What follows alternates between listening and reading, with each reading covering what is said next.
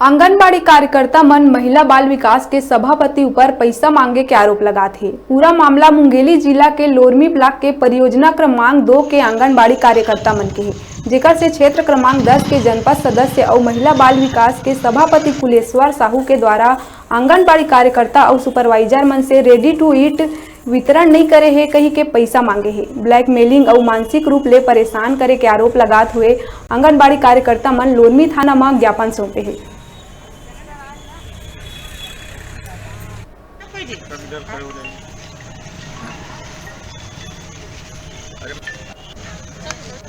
Duty भी है और इन लोग घर घर जाके वितरण कर रहे हैं। घर घर को 16 में मतलब आपके पूरे परियोजना में नहीं हुआ है जी।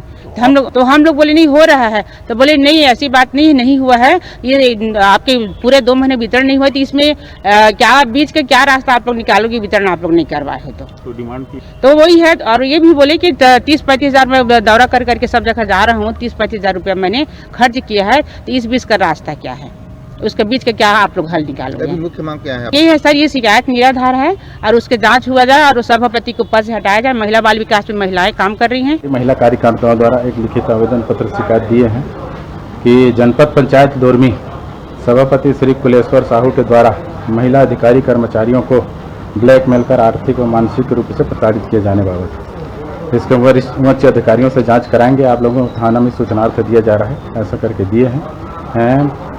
विचार करें, इसमें कार्रवाई की जाएगी।